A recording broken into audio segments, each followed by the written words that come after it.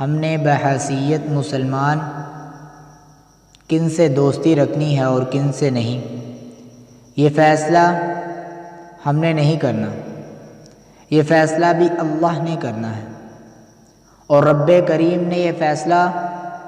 قرآن کریم میں فرمایا ہے کہ اللہ تعالیٰ نے فرمایا کہ اے مسلمانوں، یہود و نصارہ سے کسی قسم کا کوئی دوستی کا تعلق نہ رکھو، کیونکہ یہود و نصارہ آپس میں ایک دوسرے کے دوست ہیں، وہ آپ کے دوست نہیں۔ ہاں، اگر ان میں سے کوئی آپ کی طرف رغبت کرتا ہے تو آپ یہ نہ سمجھو کہ یہ ہمارا ہے، بلکہ وہ ان کا ہے اور ہم پہ چھوڑا گیا ہے، کیونکہ اللہ تعالیٰ ظالم قوم کو ہدایت کی راہ ظلم کے ساتھ کیسے دکھا سکتا ہے کہ جب تک وہ ظلم سے معافی نہ مانگ لیں۔ تو یہود کا معاملہ جو ہے وہ بہت عجیب ہے کہ یہودی صرف ہمارے نبی پاک صلی اللہ علیہ وآلہ وسلم کے دشمن نہیں ہیں، بلکہ یہودی تو اپنے نبیوں کے بھی دشمن ہیں۔ قرآن کریم میں انبیاء کے قتل کی آیت موجود ہے، اور انبیاء کو قتل کس نے کیا؟ قرآن کریم کی آیت بتلاتی ہے کہ وہ قتل یہودیوں نے کیا ہے، اور یہود و نصارہ نے یہ ترتیب رکھی ہے۔ اللہ تعالیٰ محفوظ فرمائے، وَيَقْتُلُونَ النَّبِيِّينَ بِغَيْرِ الْحَقِّ، یہ انہی کے بارے میں ہے۔ تو یہود ایسی قوم ہے کہ آج اگر یہود طاقتور ہوا ہے اور وہ فلسطین کے مسلمانوں پر یہودیوں کا ظلم شروع ہوا ہے، تو آپ یہ نہ سمجھیں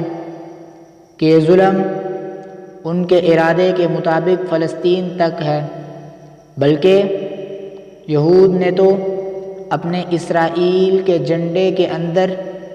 دو جو نیلی پٹیاں لگا کر اس بات کی طرف اشارہ کیا ہے کہ یہ ہمارا پرچم سفید ہے، اور اس کے شروع میں اور اس کے آخر میں جو نیلی پٹی ہے، ایک طرف دریائے دجلہ مراد ہے اور ایک طرف دریائے نیل مراد ہے، اور اس میں جو درمیانی علاقہ ہے مصر سے لے کر عراق تک،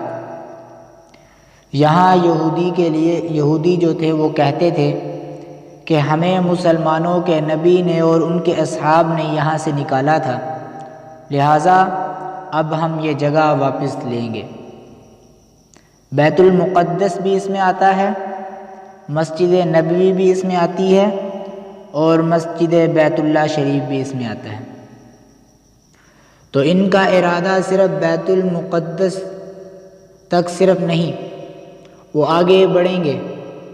اور ہر جگہ انہوں نے مسلمانوں کو تنگ کرنا ہے۔ یہ بات ذہن میں رکھیں کہ اللہ تعالیٰ نے مسلمانوں کو عزت بھی دی ہے، اور ختم نبوت کی وجہ سے نبوت کا وارث بنا کر امت کی قیادت بھی دی ہے، تو مسلمان کبھی بھی یہودیت کو نہ تسلیم کر سکتا ہے اور نہ یہودی کے ساتھ دوستی کی پینگیں ڈال سکتا ہے۔